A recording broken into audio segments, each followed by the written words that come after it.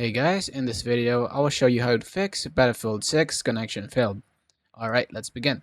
First, open up the start menu and search for CMD. When it appears, select Run as Administrator. Once the command prompt opens, type the command ipconfig /DNS.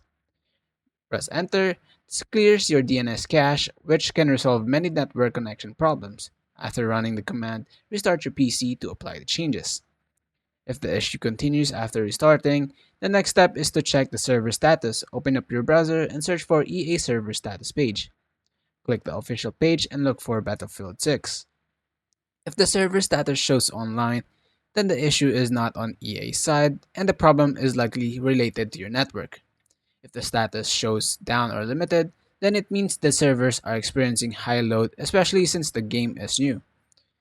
In that case, waiting for server stabilization is the only option. So that's basically how you can fix Battlefield 6 connection failed. If this video helped you, please don't forget to leave a like. Thank you so much for watching. Have a wonderful day.